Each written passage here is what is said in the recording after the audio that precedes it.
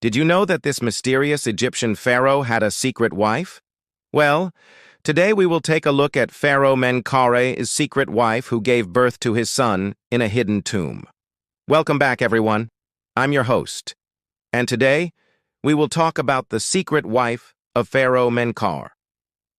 Before we start, please make sure to subscribe if you haven't already so that you won't miss any new videos. Also, remember to give this video a thumbs up. Let's get started. We have very little knowledge of the life of Pharaoh Menkaure due to the fact that he left no written records behind. Most of what we know comes from inscriptions found in his mortuary temple and from records left by other rulers who came after him. He is said to have ruled Egypt between 2532 and 2503 BC, making him the last king of the 4th dynasty. His reign marked the end of the Old Kingdom period.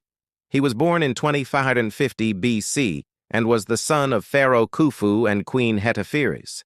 Some scholars believe that his name means the cauldron, but there are also theories that it might mean the victor or beloved. As a young prince, Menkaure was next in line for the throne after his older brother Kawab. However, when Kawa died, Menkaure ascended to the throne. We don't know much about how his accession happened, but some experts theorize that it may have been a case of fratricide. This means that Menkaure killed his own brother to take the throne. This theory is based on an inscription mentioning that Menkaure avenged his father against a foreign invader named Byblos. It is possible that this mentioned deed of revenge was actually the murder of his brother. However, this is only a theory, and there is no solid evidence to support it. So let's not forget that Menkaure may have become the ruler just because it was his turn, with him being the next in line. He built his pyramid at the Giza Plateau, but it was much smaller than the pyramids built by his father and grandfather. The reason for this may be that the area where the pyramid was built was less elevated. Therefore, it didn't appear as massive as the other two pyramids of Giza. His pyramid was built of limestone and granite and originally stood over 200 feet high. Unfortunately, it suffered extensive damage during the Muslim period in Egypt, and today only the base of the structure remains visible. When exploring the pyramid, workers discovered the intact burial chamber of Queen Hetepheres, the wife of Pharaoh Khufu. This suggests that the craftsmen who were hired to build Menkaure's pyramid may have used the materials from his mother's abandoned tomb for construction. What's interesting is that initially the sarcophagus in the burial chamber was empty, but later the workers found a wooden statue of Queen Hetepheres placed inside. Why they did this is still a mystery. During Menkaure's rule, Egypt enjoyed an era of peace and prosperity.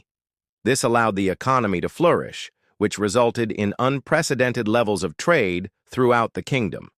Many expeditions were sent out to the Sinai Peninsula to mine copper and turquoise. He was considered a good pharaoh who cared about his people. An inscription in his mortuary temple reads, "He gave his heart to the people. He caused them to live peacefully. He provided for all of them. Their cattle increased, their grain multiplied." Even though Menkaure seems to have been a great ruler, very few historical records mention his name. This makes sense since most of the population were illiterate.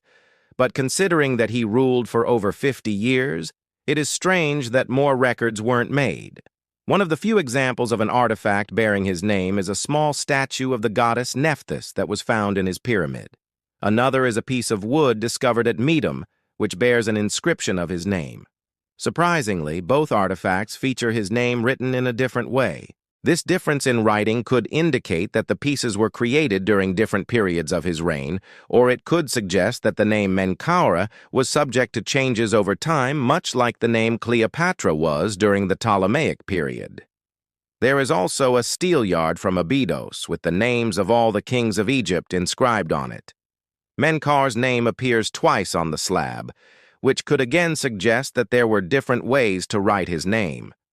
The biggest mystery surrounding Menkaure's life is the identity of his wife. We don't even know if he had a great royal wife. Hereditary titles that would show her rank were never found in his pyramid. The only objects that bear her name are two statues of the lion goddess Sekhmet. They were found in the temple complex of Hathor at Karnak. The statues were erected by Queen Kenutmir, who was probably Menkaure's wife. She is believed to have reigned from 2550 to 2532 BC, which means she may have been the wife of his father too. However, this is just a theory. In addition to the statues at Karnak, her name was also found inscribed on a single piece of rock at Abu Sir. The rock monolith was originally part of a larger structure that served as a boundary between two sacred areas. Since no further evidence of Kenutmir has ever been found, researchers don't know anything else about her. This lack of information led some scholars to believe that she wasn't a queen at all.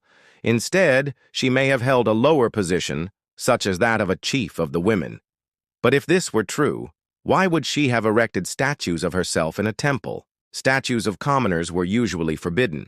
Only members of the royal family were allowed to erect monuments to themselves, and we don't know of any other queen or princesses who were around during Menkaure's reign. So it is more likely that despite the lack of evidence, Queen Kenutmir was indeed the wife of the last king of the 4th dynasty. The most intriguing discovery related to Menkaure's personal life was made by archaeologists in 2019. A previously unexplored burial chamber was found near the base of his pyramid. The tomb contained the mummies of 3 men, including the only intact mummy that has ever been found within the borders of the pyramid. The second mummy was badly damaged, but the third one was completely destroyed. Further analysis revealed that the man whose mummy was in bad condition was Menkaure's son, Prince Rajadef, while the destroyed mummy belonged to a priest named Ptah-Imhotep. The sarcophagus of the priest contains an inscription stating that he was the overseer of the royal children. This indicates that Ptah-Imhotep was a member of the royal court who was responsible for the care of the prince. The second person buried in the tomb was a scribe named Tutu. These 3 individuals were interred together, suggesting that they may have been close. But wait, there is more.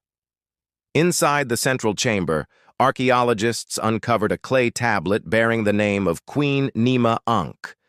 Even though she was buried elsewhere, the fact that Menkaure's son and the 2 men who served him were laid to rest in her family's tomb shows that she must have been a member of the royal family.